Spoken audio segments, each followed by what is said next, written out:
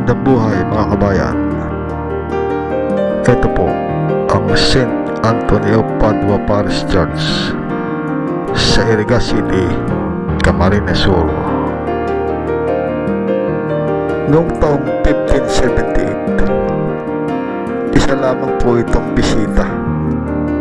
Ibig sabihin, maliit na komunidad lamang po ito na binibisita ng pari mula sa isang kalapit na simbahan o parokya.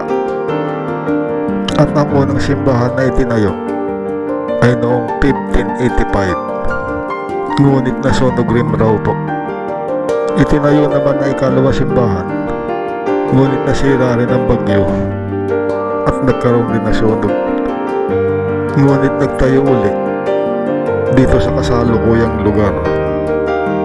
Nagkaroon ng mga pagsasaayos noong taong 1866 at taong 1892. Ito po ay naging opisyal na parokya noong taong 1683 hanggang sa dumating ang taong 1939, kinilala bilang historical shrine ng National Historical Commission ng Pilipinas.